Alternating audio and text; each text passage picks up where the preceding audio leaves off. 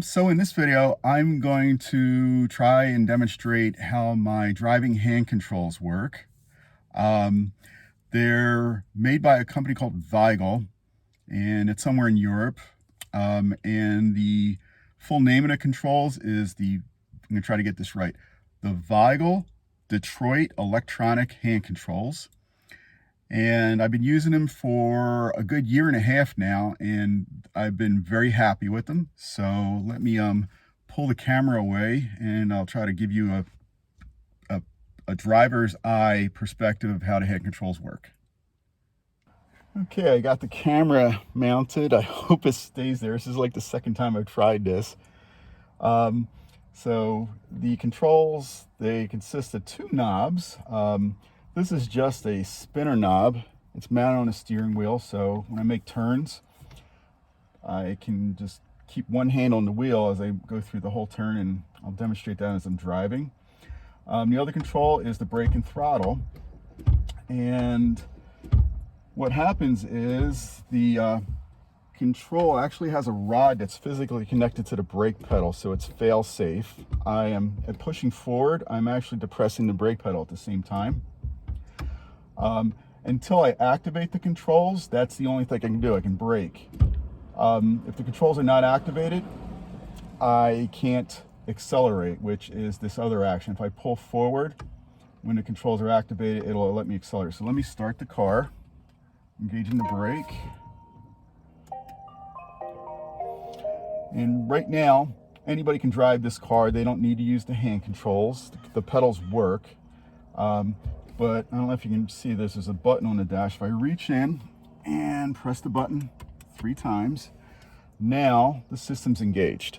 The gas pedal is locked out. Like, the gas pedal should do nothing now. And the hand controls now will command the car to go forward electronically. It just sends a signal. So there's no physical linkage to the gas pedal. So let me get underway here. And away we go. So I'm pulling back on the control to accelerate, and it takes very little force. And they do have fully physical controls, like they actually connect to the pedal. I prefer this electronic option just in case I start to lose some hand strength, because it takes very little force to operate. So you see I'm two-hand driving, no legs at all, approaching an intersection, so I'm slowing down.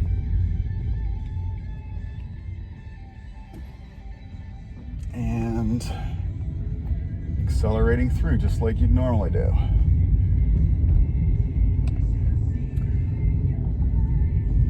The first day I started practicing with this, it was very weird.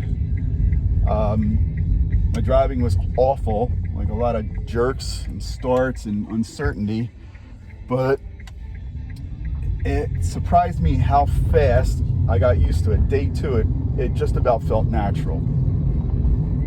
Like I've always been driving like this. So the company I got this from actually offers several versions of this hand control. I probably got the simplest one. I just liked it the best. It's a push-pull. You can operate the gas or the brakes, but not both at the same time. They have others that have more complicated motions, like a push roll or push rock. I can't remember what it was, but it lets you potentially use the gas and brake at the same time. I guess that's beneficial if you're doing a lot of hill driving.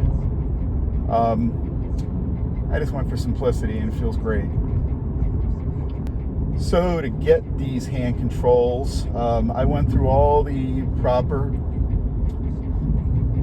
hoops.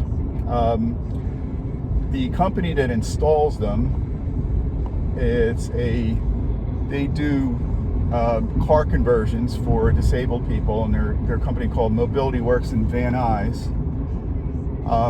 They wouldn't even do it until I had approval from an occupational therapist that actually specialized in rehabilitative driving. So I got a recommendation from my ALS clinic to see such a OT. She interviewed me, determined if I was cognitively capable of operating a car with hand controls and physically capable. Her usual round of patients is like people recovering from strokes, and accidents that take away their legs, obviously. I'm not sure, but I think I may have been her only ALS customer. And getting this was quite a gamble. Like, let me finish the whole process and I'll tell you about the gamble. Had to see her a few times to be evaluated, and then I had to practice with the controls in the presence of an instructor for 6 hours on the road before they would okay the installation. And their practice car had a limited number of different types of hand controls, and I did not like them. I chose these of all the varieties I can find online, and they did not have a practice car with them, so we had to go to the unusual step of installing them on my car first and practicing with my car and getting approved with my car. So there was an extra step involved there. They actually had to also install an instructor brake on the floor of the passenger side of the car. And it was kind of cool. I did all the practice in my own car, so the controls are going to be exactly the ones I'm learning on, exactly the ones I'm going to be using.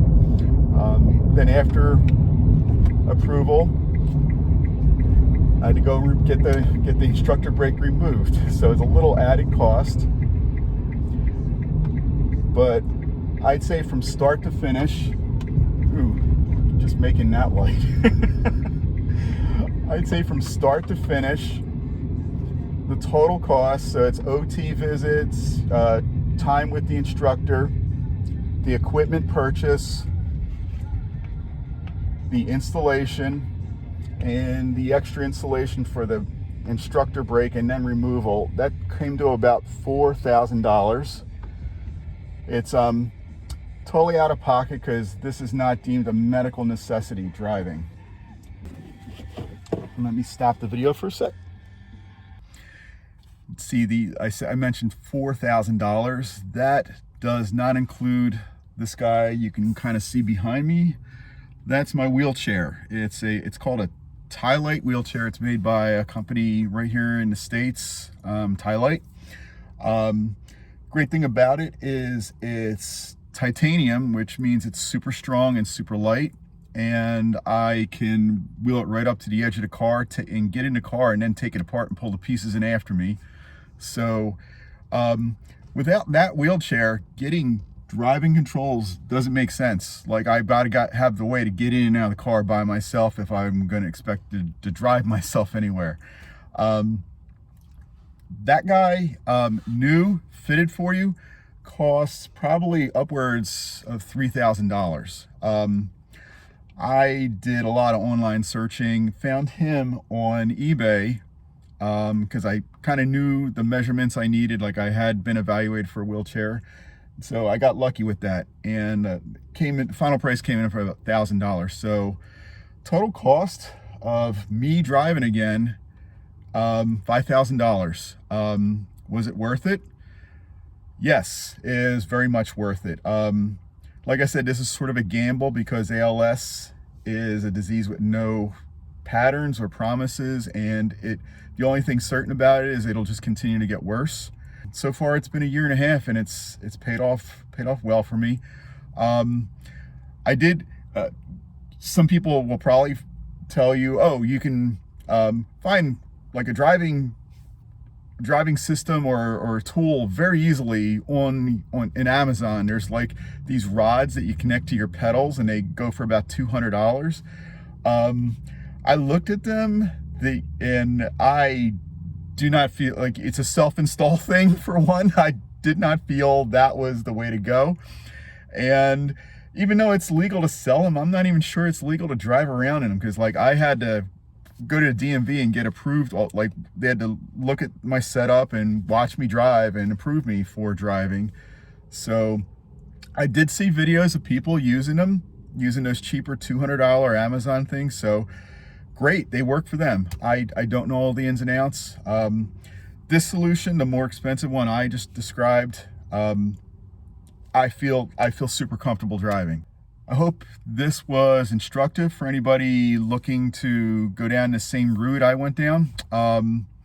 If not, at least I hope it was entertaining. Oh, and my 13-year-old daughter tells me I keep forgetting to do this. Please like and subscribe. Okay. See you next time. Bye.